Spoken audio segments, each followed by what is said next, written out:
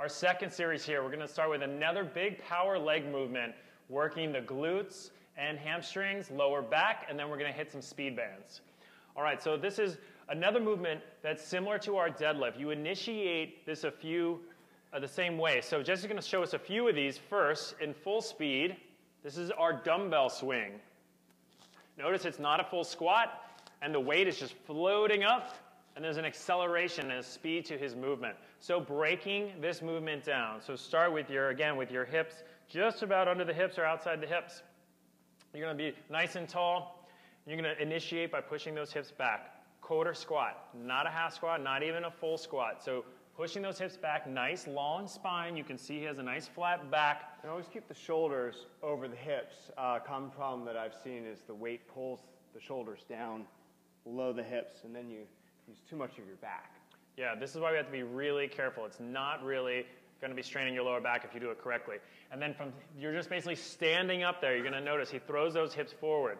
So it's pushing back and accelerate those hips forward, thrusting them forward. Even without using my arm muscles or holding a weight, if I just let my arms hang freely, if I stand up quickly, my arms are automatically going to swing up. And that's going to be key because your arms are just like a string here. It's not working your arms. All right, so let's show it with the dumbbell. Popping those hips forward, and as he puts power into his body, into his hips, that weight is just going to float up even higher. It can go all the way up over your head. Don't let it go beyond your head. And then it's heavy when it hits that bottom. So when it's coming down, you're going to feel that weight, and you're catching it, but you're catching it in your hips. And the last key point is let gravity do the work.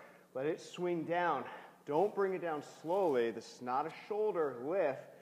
Let gravity do the work to pull it back down under your legs. So it's going to take some practice, and it's going to raise your heart rate a lot. Again, a lot of these movements in our power phase are going to get your heart rate up. All right, now moving on to some speed bands. Again, so this is a bit lower resistance, right? We're not using huge heavy weights, but we're going to do it with real speed, as fast as we can.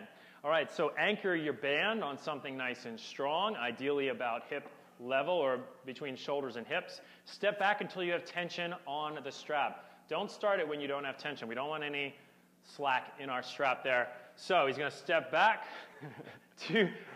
two arms, squeezing back as fast as he can, pulling those hands to the ribs, little pop in the body, go as fast as you can. When you can't do double arms anymore, you can start to do some single alternating. Might allow you to continue to try to get through that full time frame. Again, soft knees, soft ankles, nice tall spine. And you can also change your position from a squat to a staggered position too. I find that the squat position, you're getting pulled, so it requires a little bit more stability forward to back. And there's variations we can do with our arms. We can have them narrow, about halfway up, or even a little bit wider. All right, our next exercise is our speed band bicep curl. Again, a heavy, nice, strong resistance. You can stand 1 foot on as you begin, and as you get stronger, you can start putting 2 feet on and spreading them out.